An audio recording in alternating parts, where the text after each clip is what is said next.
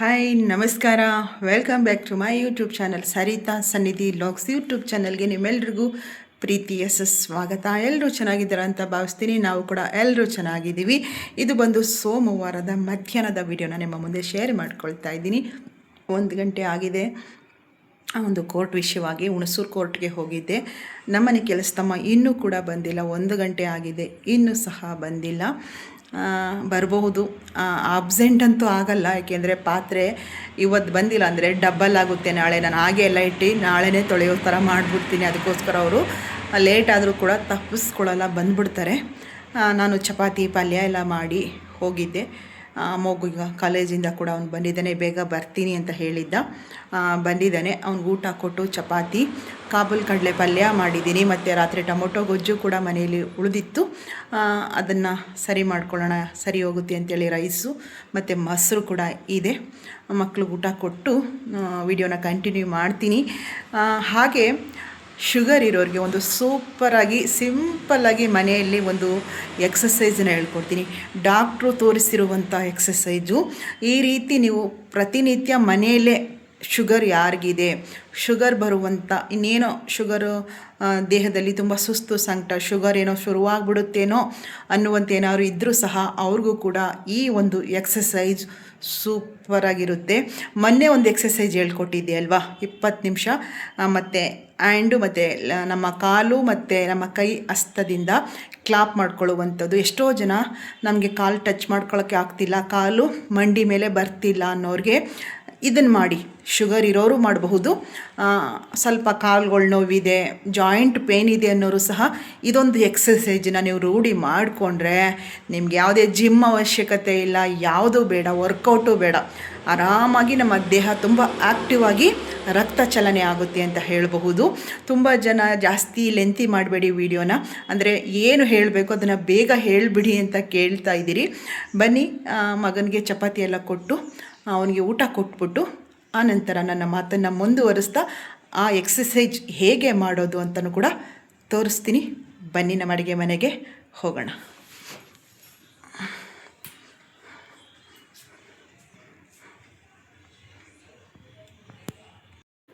ನೋಡ್ತಾ ಇದ್ದೀರಿ, ಚಪಾತಿ, ಕಾಬೂಲ್ ಕಡಲೆ ಪಲ್ಯ, ಹಾಗೆ ರಾಗಿ ರೊಟ್ಟಿಗೆ ಸ್ವಲ್ಪ ಕಲಸಿಟ್ಟು ಇರುವಂಥದ್ದು, ಚಪಾತಿ ಸ್ವಲ್ಪ, ಎರಡು ಕೂಡ ಒಂದು ಪಾತ್ರೆಯಲ್ಲಿ ಇಟ್ಕೊಂಡಿದ್ದೀನಿ. ನಾನು ಅಡುಗೆ ಮನೆ ಬರೋ ಅಷ್ಟರಲ್ಲಿ ಕೆಲಸದಮ್ಮ ಅಂದರೆ ಕಮಲಮ್ಮ ಬಂದರು. ಅವ್ರ ಕೆಲಸನ ಅವ್ರು ಮಾಡ್ಕೊಳ್ತಾ ಇದ್ದಾರೆ. ಇರೋ ಪಾತ್ರೆ ಎಲ್ಲ ತೊಳೆದು ಸಿಂಕೆಲ್ಲ ತೊಳೆದು ರೆಡಿ ಮಾಡ್ತಾ ಇರುವಂಥದ್ದು. ನಾನು ಮಕ್ಳಿಗೆ ಊಟ ಕೊಟ್ಟು ಮಜ್ಜಿಗೆ, ಮೊಸರು, ರೈಸು, ಚಪಾತಿ ಮತ್ತು ನೈಟು ಟೊಮೊಟೊ ಗೊಜ್ಜು ಕೂಡ ಮಾಡಿದೆ, ಅದು ಕೂಡ ಇತ್ತು. ಇವಾಗ ಮ್ಯಾನೇಜ್ ಮಾಡ್ಕೊಳ್ಳೋಣ, ಸಂಜೆ ಮೇಲೆ ಏನಾದರೂ ಫ್ರೆಶ್ಶಾಗಿ ಮಾಡಿದ್ರೆ ಆಯಿತು ಅಂತ ಹೇಳಿ ನಾನು ಮಕ್ಳಿಗೆ ಊಟ ಹಾಕ್ಕೊಡೋಣ ಅಂತ ಹೇಳಿ ರೆಡಿ ಮಾಡ್ಕೊಳ್ತಾ ಇದ್ದೆ. ಲೇಟಾಗಿ ಬಂದರು ಕಮಲಮ್ಮ. ನಿಮ್ಗೆ ಮುಂಚೆ ಹೇಳಿದೆ, ಅಷ್ಟರಲ್ಲಿ 1 ಗಂಟೆ ಆಯಿತು ಬರೋ ಅಷ್ಟೊತ್ತಿಗೆ. ಅವರು ಬಂದವ್ರ ಕೆಲಸನ ಅವ್ರು ಮಾಡ್ಕೊಳ್ತಾ ಇದ್ದಾರೆ. ಮಧ್ಯಾಹ್ನ ಸಮಯ, ಬೆಳಗಿನ ಸಮಯ ಬೇಗ ಕೆಲಸ ಆದರೆ, ಮನೆ ಕೆಲಸ ಆದ್ರೇ ಎಲ್ಲ ಕೆಲಸನೂ ಸರಿ ಹೋಗುತ್ತೆ. ಮಧ್ಯಾಹ್ನದವರೆಗೂ ಏನು ನೋಡಿ, ಕೆಲಸದವ್ರನ್ನ ನೆಚ್ಕೊಂಡಾಗ ಎಲ್ಲ ಕೆಲಸನೂ ಕೂಡ ನಿಧಾನ ಆಗಿಬಿಡುತ್ತೆ ಅಂತ ಹೇಳ್ಬೋದು.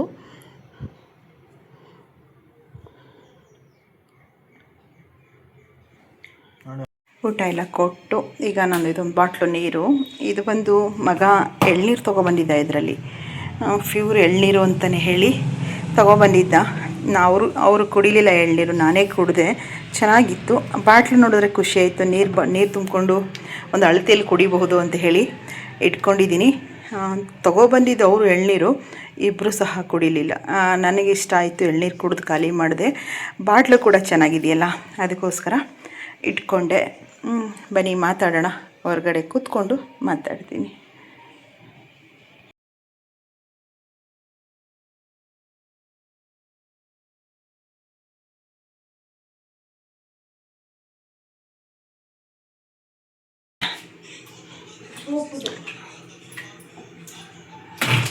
ಎಲ್ಲಿ ಇಷ್ಟೊತ್ತು ಗಂಟೆ ಎಲ್ಲೋಗಿದ್ರಿ?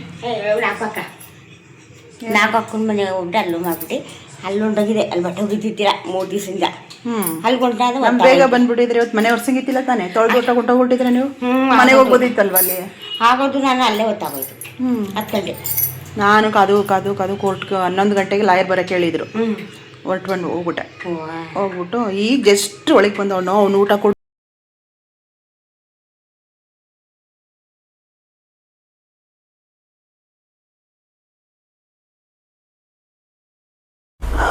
ನೋಡಿದ್ರಲ್ಲ, ಇಷ್ಟು ಸಿಂಪಲ್ಲಾಗಿ ನಮ್ಮ ಅಡುಗೆ ಮನೆ ಊಟದ ವ್ಯವಸ್ಥೆ ಆಗಿದೆ.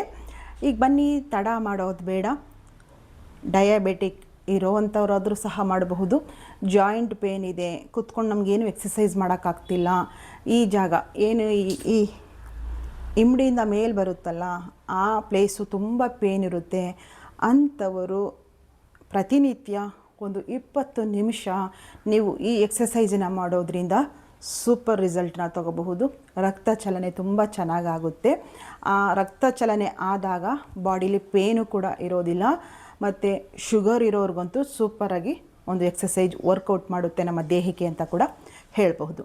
ಬನ್ನಿ, ಈ ಥರ ಒಂದು ಚೇರ್ ಇದ್ದರೆ ಸಾಕು. ಈ ಥರ ಚೇರು ಈ ಥರ ಆದರೂ ಸರಿ, ಇಲ್ಲ ಮಾಮೂಲಿ ಚೇರ್ ಆದರೂ ಸಹ ಕುತ್ಕೊಂಡು ಮಾಡುವಂಥದ್ದು. ಈ ರೀತಿ ಕುತ್ಕೊಂಡು ಮಾಡುವಂಥದ್ದು. ನಾನು ಕ್ಯಾಮ್ರಾ ಹತ್ರಕ್ಕೆ ತಗೊಳ್ತೀನಿ, ಯಾವ ರೀತಿ ಮಾಡೋದು ಅಂತ ಹೇಳಿ ನಿಮಗೆ ತೋರಿಸ್ತೀನಿ. ಈ ರೀತಿ ಕುತ್ಕೊಳ್ಳಿ, ಆರಾಮಾಗಿ ಕುತ್ಕೊಂಡು ನಿಮ್ಮ 2 ಕಾಲುಗಳನ್ನ ಈ ರೀತಿ ಇರಬೇಕು. ಶೂ ಹಾಕ್ಕೊಂಡು ಕೂಡ ಮಾಡಬಹುದು, ಇಲ್ಲ ನಾರ್ಮಲ್ಲಾಗಿ ನಮ್ಮ ಮನೇಲಿ ಹೇಗಿರ್ತೀವೋ ಹಾಗೂ ಸಹ ಮಾಡಬಹುದು. ತೋರಿಸ್ತೀನಿ ನೋಡಿ, ಕ್ಯಾಮ್ರಾ ಮೂಲಕ ತೋರಿಸ್ತೀನಿ ನೋಡಿ. ಈ ರೀತಿ ಕಾಲಿಟ್ಕೊಳ್ತೀರಲ್ವ, ಈ ರೀತಿ ಕಾಲು ಹಿಂಗಿದ್ದಾಗ ಹಿಂಗೆ ಇಟ್ಕೊಳ್ಳಿ. ಸಮವಾಗಿ ನೀವು ಕಾಲು ಹಾಕ್ಕೊಂಡಿದ್ದೀರಲ್ವ, ಈ ರೀತಿ ಇಟ್ಕೊಂಡು ಇಮ್ಡಿನ ಮೇಕೆತ್ತಬೇಕು. ಹಿಂಗೆ ನೋಡಿ, ಇಲ್ಲಿ ಈ ರೀತಿ ಎತ್ತಿ, ಕಾಣಿಸ್ತಿದೆಯಾ? ಈ ರೀತಿ ಎತ್ತಬೇಕು, ಮತ್ತೆ ಹಿಂಗೆ ಬಿಡಬೇಕು. ಈ ಥರ ಎತ್ತಬೇಕು, ಬಿಡಬೇಕು, ಈ ರೀತಿ ಎತ್ತಬೇಕು, ಮತ್ತು ಹಿಂಗೆ ಬಿಡಬೇಕು. 20 ನಿಮಿಷ ಮಾಡಬೇಕು ನೀವು. ಆ ರೀತಿ ಮಾಡೋದ್ರಿಂದ ಈ ಜಾಗದಲ್ಲಿ ಒಳ್ಳೆ ಎಕ್ಸಸೈಜ್ ಆದಾಗ ಶುಗರ್ ತುಂಬ ಕಂಟ್ರೋಲ್ ಬರುತ್ತೆ. ಶುಗರ್ ಕಾಯಿಲೆನ ರಿವರ್ಸ್ ಮಾಡೋದು ಅಂತಾರಲ್ಲ, ಆ ರೀತಿ ಮಾಡಬಹುದು. ಈ ರೀತಿ ಇಟ್ಕೊಂಡು ಇಮ್ಡಿನ ಮೇಕೆತ್ತಬೇಕು, ಬೆರಳಲ್ಲಿ ನಿಂತಿರೋ ಥರ ಆಗಬೇಕು, ಮತ್ತೆ ಬಿಡಬೇಕು. ಹಿಂಗೆ ಈ ರೀತಿ ಮಾಡಿ. ಟೈಮ್ ನೋಡ್ಕೊಂಡು ಮಾಡಬೇಕು. ಸಡನ್ನಾಗಿ ಮಾಡುವಾಗ ನಿಮಗೆ 20 ನಿಮಿಷ ಮಾಡೋಕ್ಕಾಗಲ್ಲ ಅಂತ ಹೇಳಿದ್ರೆ 5ರಿಂದ 10 ನಿಮಿಷ ಮಾಡಿ. ಮತ್ತು ಹಾಗೆ ನೀವು ಒಂದು 5 ನಿಮಿಷ ಹೆಚ್ಚಿಸ್ಕೊಂಡು ಹೋಗ್ತಾ 20 ನಿಮಿಷ ಮಾಡುವಂಥದ್ದು ಮಾಡ್ಕೊಳ್ಳಿ. ಈ ರೀತಿ ತುಂಬ ಸುಲಭವಾಗಿ ಮಾಡ್ಬೋದು. ನಾನು ಮೊನ್ನೆ ಹೇಳ್ಕೊಟ್ಟಂಥ ಎಕ್ಸಸೈಜು ತುಂಬ ಜನಕ್ಕೆ ಜಾಯಿಂಟ್ ಪೇನ್ ಇದೆ, ನಮ್ಗೆ ಆಗಲ್ಲ ಅಂತ ಹೇಳ್ತಾಯಿದ್ರಿ, ಆದರೂ ನಾವು ಪ್ರಯತ್ನ ಪಡ್ತೀವಿ ಅಂತ ಹೇಳ್ತಾಯಿದ್ರಿ. ಈ ರೀತಿ ಮಾಡಿ ತುಂಬ ಸುಲಭವಾಗಿ ಮಾಡಬಹುದು. ತುಂಬ ಎಫೆಕ್ಟ್ ಕೊಡುತ್ತೆ. ತುಂಬ ಎಫೆಕ್ಟಿವ್ ಆಗಿ ನಮ್ಮ ದೇಹಕ್ಕೆ ಒಂದು ಉತ್ತಮ ರಿಸಲ್ಟನ್ನು ನಾವು ತಗೋಬಹುದು. ಈ ರೀತಿ ಇನ್ನೊಂದು ಸಲ ತೋರಿಸ್ತೀನಿ ನೋಡಿ.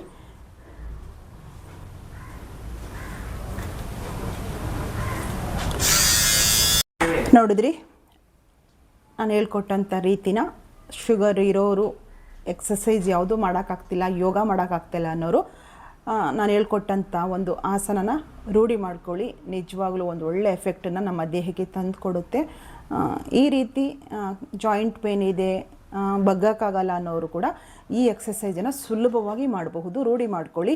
ಶುರುವಲ್ಲಿ ಒಂದು 5 ನಿಮಿಷ ಮಾಡಿ, ನಾಳೆ ಒಂದು 5 ನಿಮಿಷ ಜಾಸ್ತಿ ಮಾಡ್ಕೊಳ್ಳಿ.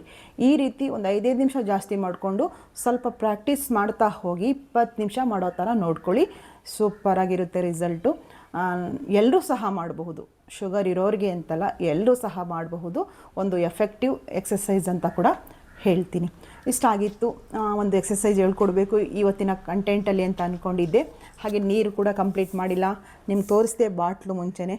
ಮಗ ತಗೊಬಂದಿದ್ದ ಬಾಟ್ಲು ತುಂಬ ಇಷ್ಟ ಆಯಿತು. ಇದರಲ್ಲೇ ನೀರು ತುಂಬಿಟ್ಕೊಂಡು ಇಷ್ಟೊತ್ತಿಗೆ ನಾನು ಈ ನೀರನ್ನು ಖಾಲಿ ಮಾಡಬೇಕಿತ್ತು. ಹೊರಗಡೆ ಹೋಗಿದ್ದರಿಂದ ಕೋರ್ಟಲ್ಲಿ ಒಂದು ಸ್ವಲ್ಪ ಕೆಲಸ ಇತ್ತು, ಆ ಕೆಲಸದ ನಿಮಿತ್ತ ಹೋಗಿದ್ದರಿಂದ ನೀರು ಕುಡಿಯೋಕ್ಕಾಗಿಲ್ಲ. ಈಗ ನೀರನ್ನು ಕುಡಿದು ಮುಗಿಸ್ತೀನಿ, ಕಂಪ್ಲೀಟ್ ಮಾಡಿ ಮತ್ತೆ ಒಂದು ಬಾಟ್ಲು ತುಂಬಿಟ್ಕೊಳ್ತೀನಿ. ಇನ್ನೊಂದು ಅರ್ಧ ಗಂಟೆ ಬಿಟ್ಟು ಮತ್ತೆ ಒಂದು ಬಾಟ್ಲನ್ನು ಕಂಪ್ಲೀಟ್ ಮಾಡ್ತೀನಿ. ಆದಷ್ಟು ಎಲ್ರಿಗೂ ಹೇಳುವಂಥದ್ದು, ನೀರು ಕುಡಿಬೇಕಾದ್ರೆ ಕುತ್ಕೊಂಡು ನೀರನ್ನು ಕುಡೀರಿ.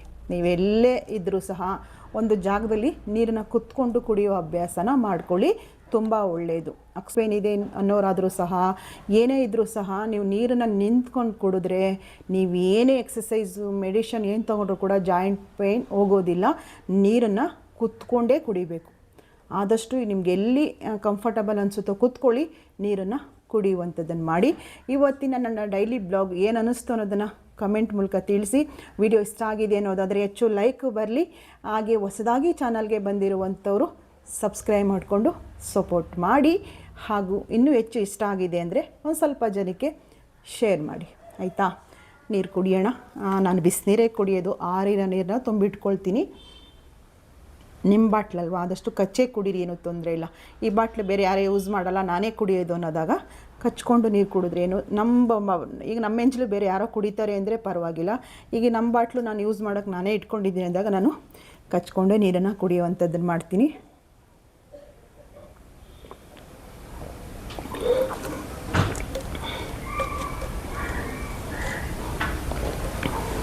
ನಿಧಾನಕ್ಕೆ ಆರಾಮಾಗಿ ನೀರನ್ನು ಕುಡಿಯುವಂಥ ಅಭ್ಯಾಸನ ಮಾಡ್ಕೊಳ್ಳಿ.